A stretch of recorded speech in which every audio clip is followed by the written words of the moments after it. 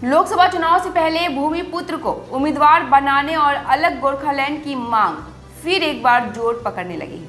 यह दोनों मुद्दे इस लोकसभा चुनाव में कितना प्रभाव डालेंगे यह तो वक्त ही बतलाएगा, लेकिन पहाड़ पर बन रहे राजनीतिक समीकरण से स्पष्ट हो गया है कि इस बार पहाड़ पर त्रिकोणीय संघर्ष होना निश्चित है। नमस्कार, मैं हूं आपके साथ राबिया और आपने देखना शुरू कर दिया है news now. Darjeeling Lok Sabha seat पर भाजपा ने अपने उम्मीदवारों के रूप में वर्तमान सांसद राजू बिष्ट के नाम पर मोहर लगाने के बाद पहाड़ पर चुनावी सरगर्मी तेज हो गई है।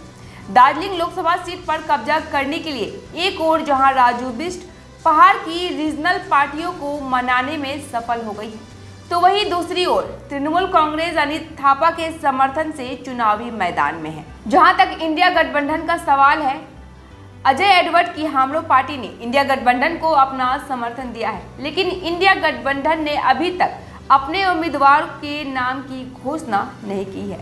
इंडिया गठबंधन का उम्मीदवार कांग्रेस का होगा या वाम फ्रंट का या फिर हामलो पार्टी का, इस पर अभी भी अंतिम फैसला नहीं हुआ है। पिछले 2-3 सालों से पहाड़ पर गोरखालैंड अलग राज्य का मुद्दा ठंडे बस्ती में चला गया था। राज्य की मुख्यमंत्री ममता बनर्जी की सोची समझी रणनीति के कारण गोरखा जन्म मुक्ति मोर्चा को भी पीछे हटना पड़ा। आज की तारीख में गोरखालैंड अलग राज्य की मांग करने वाले अधिकांश आंचलिक दल हाशिए पर है। 2009 से लेकर 2019 के लोकसभा चुनाव में भाजपा ने लोकसभा सीट पर कब्जा किया है। पहाड़ में भाजपा का संगठन न होने के बावजूद भी भाजपा गोरखा जनमुक्ति मोर्चा और जीएनएलएफ के समर्थन से लगातार 3 लोकसभा चुनाव जीत चुकी है। गोरखालैंड अलग राज्य का मुद्दा पहाड़ के लोगों के लिए इमोशनल मुद्दा है और इसी इमोशनल मुद्दा को आधार बनाकर राजनीतिक पार्टियां चुनाव में फायदा लूटती है।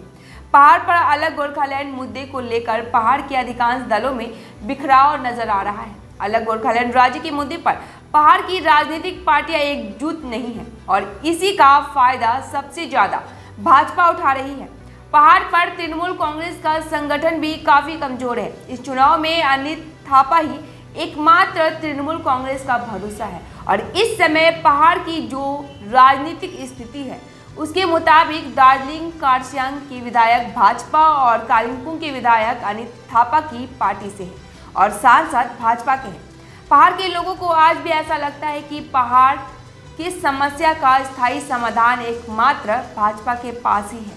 हर बार लोकसभा चुनाव की घोषणा से पहले तक पहाड़ की तमाम राजनीतिक पार्टियां और संगठन भाजपा के खिलाफ मुखर रहते हैं, लेकिन चुनाव की घोषणा के बाद हर बार देखा गया है कि जीएनएलएफ और गोरखा जनमुक्ति मोर्चा भाजपा के साथ खड़ी नजर आई है। 2 दिन पहले राजू बिष्ट गोरखा जनमुक्ति सुप्रीमो विमल गुरुंग से मिलकर उन्हें अपने पक्ष में मना लिया है। राजू बिष्ट ने इस बात का संकेत भी दे दिया है कि 3 अप्रैल को दार्जिलिंग के चौरस्ता में सब बातों का खुलासा हो जाएगा। इस चुनाव में राजू बिष्ट के समक्ष सबसे बड़ी समस्या अपने ही पार्टी के नाराज विधायक बने हुए हैं। नक्सलबाड़ी माटीगाड़ा के विधायक आनंदमय बर्मन काफी दिन से राजू बिष्ट से नाराज चल रहे हैं। वहीं कार्सियांग के विधायक विष्णु प्रसाद शर्मा उर्फ बीपी बजगई ने राजू बिष्ट के खिलाफ मोर्चा खोल दिया है और उन्होंने निर्दलीय उम्मीदवार के रूप में नामांकन भी भर दिया है। अगर किसी अनुशासित राजनीतिक दल का एक निर्वाचित विधायक अपने ही सांसद के खिलाफ चुनावी मैदान में उतरता है तो सवाल उठना स्वाभाविक है।